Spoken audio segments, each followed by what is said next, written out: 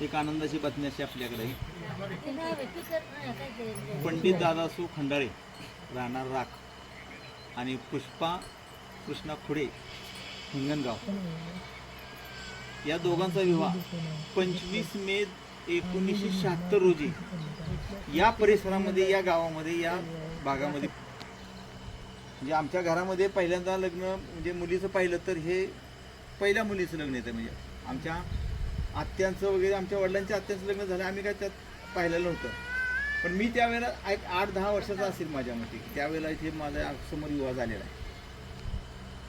सांगायचं वैशिष्ट्य काय सांगायचं की आपल्या हिंगणगाव घराण्यामध्ये असलं तरी आमच्या घराण्यामध्ये मुलींची संख्या फार कमी आहे.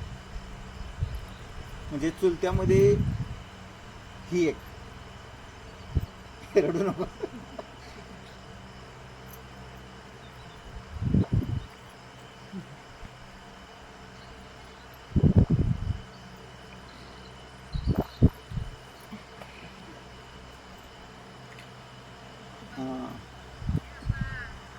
ला वय लहान जरी असलं तरी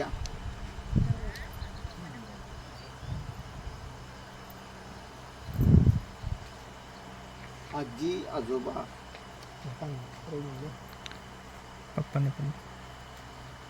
आणि चुलते आणि त्यावेळेचा संपूर्ण भावकी, म्हणजे आता त्या भावकीमध्ये होत नाही त्याचं दुःख आहे. कारण त्यांनी हा सोहळा त्यांनी जग पार पाडला त्यावेळेला खूप भव्य दिव्य प्रकारचं लग्न झालेलं होतं. म्हणजे भावकीने मिळायचे, लाडू बांधायचे, कोणी पाणी भरायचं, कोणी झाडू मारायचं, कोणी साहित्य आणायचं, हे सगळे प्रकार आम्ही पाहिलेले होते. आणि त्याच्यानंतर ह्या आमच्या चुलत्यांना एकच बहीण, त्याचप्रमाणे आमच्या वडिलांना देखील आम्ही चौघ जण झालो, आमची एक बहीण. आणि आमच्या चौघा भावामध्ये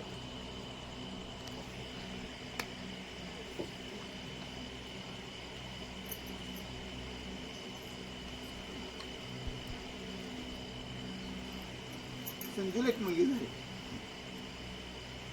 म्हणजे या घराण्यामध्ये मुलींची संख्या कमी आहे. पण तरी पण सर्वजण एका जुटीनं आनंदाने कापतात. सांगायचं वैशिष्ट्य नाही. 1 महिनाभर झालं मामा इथं आलेत. मामा म्हणले की माझ्या लग्नाचा वाढदिवस 50वा आहे. म्हणजे माझ्याही लक्षात नव्हतं. त्यांची 75 त्यांच्या मुलीनं केलेली असं समजलं मला. खूप चांगल्या प्रकारे 75 करणं हे सुद्धा फार अमृत महोत्सव असतो. आणि तो त्यांच्या नशिबात आला. मधल्या काळामध्ये ते आजारी खूप पडले होते, शाश्वती सुद्धा अशी नव्हती की मामा जगतील अशा प्रकारे. पण आज इतका चांगला प्रकारे की आज वयाच्या लग्नाच्या 50व्या वाढदिवशी इथं हजर राहिले आणि त्यांची अशी इच्छा झाली की या भावकीमध्ये असणाऱ्या लोकांना मला इथं माझा वाढदिवस लग्नाचा इथं साजरा करायचा. मग आम्हाला त्यांनी व्यक्त केल्यानंतर आम्ही चौघा भावांनी ठरवलं की काय का असताना आम्ही तुमचा इथं वाढदिवस आम्ही साजरा करू. म्हणजे त्यांना हे दीर्घायुष्य चांगलं आरोग्य लाभलेलं आहे. तुमच्या सर्वांचे आशीर्वाद म्हणजे माझे वडील असतील, आजोबा असतील, माझ्या भावकीमध्ये राजाराम खोडे त्यांचे वडील असतील, विठ्ठल खोडे असतील, गंगाराम खोडे असतील, अण्णा खोडे असतील, सगळे त्यावेळेस ज्येष्ठ नागरिक सगळे त्यामध्ये होते. आम्ही लहान असताना पण एकजुटीने सगळं काम करत होते, पाहत होते. तोच आनंद आज किमान माणसाने कमी आला आणि आज त्यांचा आपण वाढदिवस साजरा करतोय. लग्नाचा 50वा वाढदिवस साजरा करणं आणि ते बी ज्या ठिकाणी आपलं लग्न झालं त्या ठिकाणीच करायची त्यांची सदिच्छा होती. आणि मग ती सदिच्छा पूर्ण करण्यासाठी आम्ही भावाभावाने प्रयत्न केला. तुम्ही सर्वांना या ठिकाणी आलात आणि असं त्यांचं दीर्घायुष्य लाभावं, निरोगी आरोग्य लाभावं, असं आनंदामध्ये राहावं त्यांनी. आणि अशा प्रकारची आशा व्यक्त आपण सर्वांनी करतोय. खरं हा चांगला योग आहे की 50वा वाढदिवस माझ्या मते आपण आपल्या वस्तीमध्ये कुणाचा वाढदिवस साजरा केला गेलाच नाही. कुणाला लक्षात बी नसते आपला वाढदिवस 50 किती झालेलं काय कळतच नाही. म्हणजे असे जे कार्यक्रम केले जातात आज ह्या नवीन पद्धतीने या प्रकारचे वाढदिवस साजरे केले जातात त्यातून माणसाला कळतं की त्यांचं वय किती आहे, त्यांच्या लग्नाचं कालावधी किती आहे, त्यांनी कशा प्रकारच्या हालापेष्टा काढल्या. त्यांनाही दोन मुलगे आहेत, 2 मुली आहेत, नातवंड आहेत, असाही परिवार आहे.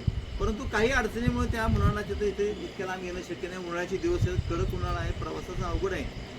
आम्हाला सुद्धा ते येणं शक्य नव्हतं. पण आम्ही साताऱ्यामध्ये जवळ असल्यामुळे आम्ही सगळेजण विचार करून आलो की काय का असं हा कार्यक्रम साजरा करायचा आणि आपल्या लोकांना सर्वांना एकत्र होऊन त्यांच्या मुखामध्ये 2 घास घालावे अशी त्यांची सदिच्छा होती.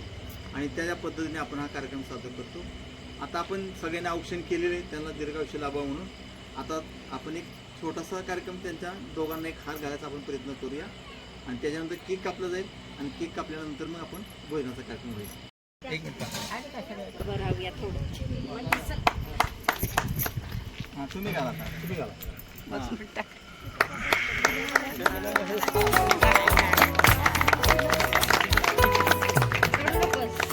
नकोस चांगला कार्यक्रम आहे. येडीस काय चांगली